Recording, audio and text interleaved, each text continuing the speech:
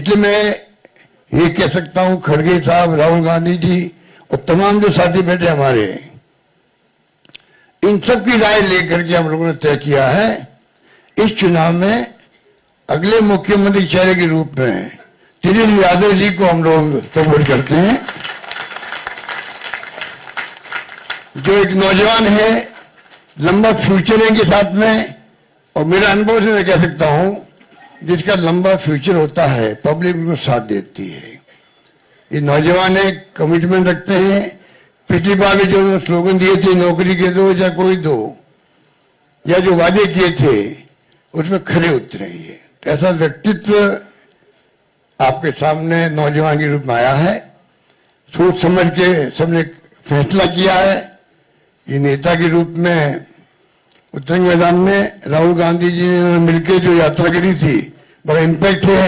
आने वाले वक्त में इनके अलावा राहुल जी भी आएंगे और नेता आएंगे, प्रियंका जी भी आएगी, सब नेता आएंगे।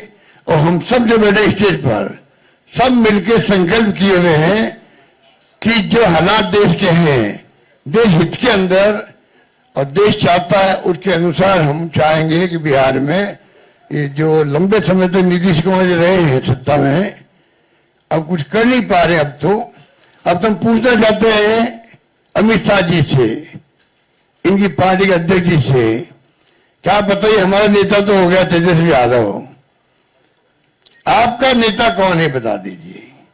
इससे काम नहीं चलेगा कि नीतीश कुमार के नेतृत्व में चुनाव लड़ा जाएगा। अगला मुख्यमंत्री का उम्मीदवार आपका कौन है, ये उनको बताना पड़ेगा। ये हमारी मांग है। और मांग क्यों है? इसलिए है, आपने देखा महाराष्ट्र के अंदर जो शिंदे थे, वो मुख्यमंत्री तत्कालीन, इन नेताओं ने कहा शिंदे के लीडरशिप में चुनाव लड़ा जाएगा। मैसेज दिया गया ये मुख्यमंत्री बनेंगे, और बाद में मुख्यमंत्री बना दिया और किसी को। यही बात लागू या हो रही है। अमित शाह जी आए, कैसे चले गए, हम चुनाव के बाद में तय करेंगे मुख्यमंत्री कौन बनेगा हमारा, पर नीतीश कुमार के नेतृत्व में चुनाव लड़ा जाएगा। तो महाराष्ट्र का एग्जाम्पल सबके सामने। इसलिए मैं इतना कहना चाहूंगा कि चुनाव में हम लोगों ने सोच समझ के तेजस्वी जी को घोषित किया नेता। साथ में सबकी राय बनी है कि जो हमारे अन्य पिछड़ा वर्ग के साथी हैं, मुकेश सहनी जी, जिनको आप सब जानते हैं, मुकेश सहनी जी, जो एक संघर्ष करते हुए यहां तक पहुंचे हैं, अपनी पार्टी बनाई है, अपनी अकल होशियारी से, अपनी मेहनत से बनाई, कि जो हमारे अन्य पिछड़ा वर्ग के साथी हैं,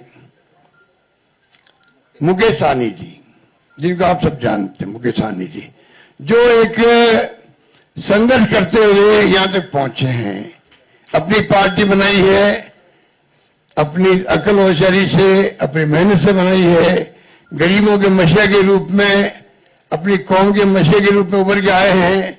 ऐसे नौजवान को हमने तय किया है वो उप मुख्यमंत्री होंगे। साथ में इसके साथ में जो आपके यहाँ बहुत सारे समाज भी हैं, सामाजिक इक्वेशन अलग तरह की है, तो जो अन्य सामाजिक वर्गों के लोग हैं उनमें से मुख्यमंत्री और बनाए जाएंगे, उप मुख्यमंत्री और बनाए जाएंगे। यही बात है कि मैं अपनी बात समाप्त करता हूं। धन्यवाद। शुक्रिया।